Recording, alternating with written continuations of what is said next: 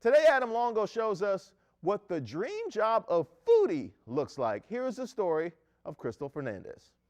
It's a really good thing that I'm wearing a mask right now because you can't see me foaming at the mouth underneath because all of this looks incredible. My gosh.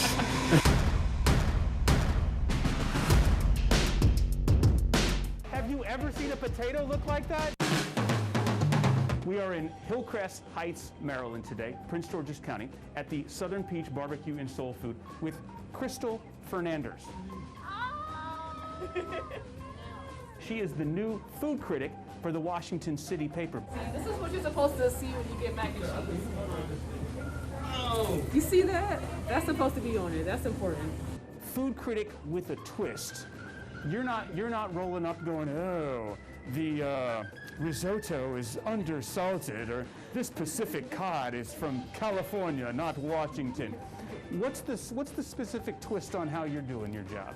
Yes, so my specific twist for the Washington City paper, I'm not checking out restaurants where you dine in. I am strictly focusing on takeout. Is that Old Bay on there too? Yes. Oh, come on. Oh, yes. A lot of people are looking for places that are to go. A lot of people are still not comfortable with dining in restaurants. Pulled pork with mac and cheese. Talk to me about this place where we are today. How do you typically do a review? What are we going to do while we're here? Okay, so usually what I like to do, I'll scan the menu and see if there's anything that stands out to me, what I would personally order.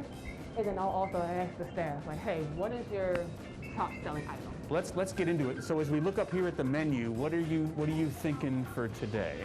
The fried chicken platter, collard greens because health is wealth, the candy yams. Peach cobbler egg roll is something that I need in my life. The loaded potato, they'll do the steak with shrimp. The pulled pork sandwich with the coleslaw. I'll get some mac and cheese. You just ordered an entire buffet here. I know, I literally. Is that typical? Yeah. Okay.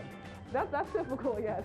Now there's an amount of stealth that has to be involved with this job, right? You don't walk through the door and announce yourself, I'm the food critic, I'm here, give me all the food. Yeah, I would love to do that. Yeah, right. But no, I definitely like to, just to make the experience more authentic, I rarely tell them that I'm showing them. This has to be, I mean, even though it's fun to take pictures of food, it has to be one of the most difficult parts because you're taking all these pictures and you're like, damn, I just want to eat this. Yeah, I've definitely trained myself to just get over it.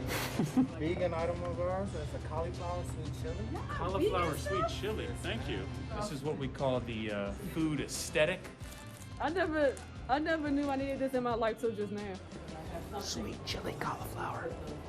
Oh, are you kidding me? No. Yeah. I have never seen anything like that in my life. No, this is how much my cat weighs. This is a serious egg roll. There's no cute way to do this. I know I have some food on my face, but whatever. Oh, when she finally took her mask off, it was like seeing Peter Parker for the first time in Spider-Man. I was like, oh, you had the mask. No, don't take off the mask. First question, did you have the peach cobbler egg roll? I brought home 2 of them. Okay, and that they sounds were incredible. Absolutely divine. They were just as good as they look. Listen, about this, her being a food critic, I mean, what took so long, right? To have a food critic like this, who isn't reviewing 5-star restaurants and 7-course meals, right? We've been counting on Google star reviews and bootleg, Yelp reviews. And now we've got somebody who's actually in the culinary field out there doing this at restaurants that, you might just drive by every day and not even think twice about. It's these little hole-in-the-wall places that are just getting discovered. And people are very opinionated about their carryout. So clearly, there is not only a huge market for this, but a lot of people that have a lot of opinions about this kind of stuff. So it makes sense that DC would in fact have this. So I'm looking forward to this. The other thing that popped out to me, you had her taking the pictures, which would have been weird any time in human history up until like 3 years ago. Yeah. Now it's just what people do. So that doesn't out you at all. Well, it outs her at the end, which is cool because like the food has already been prepared, so there's nothing that can really be messed with at that point. But it's at that point when she starts taking pictures and the restaurant people start asking, hey, who are you? What are you doing? And then she explains, hey, I'm a food critic for Washington City paper. And then she's able to engage in conversation with the staff and sometimes the ownership at the restaurant and finds out these little nuanced things about the restaurant which actually make their way into the article. We cannot end this segment though, Reese, without talking about that loaded potato. You saw that in there. It weighs 7 pounds. It's $15. They delivered it. You couldn't even see the potato. It's covered in steak and shrimp and veggies and cheese and all sorts of beautiful stuff. She said that after she posted this review and it went live, the next day the restaurant sold like 33 of them. Everyone was like, I gotta have it.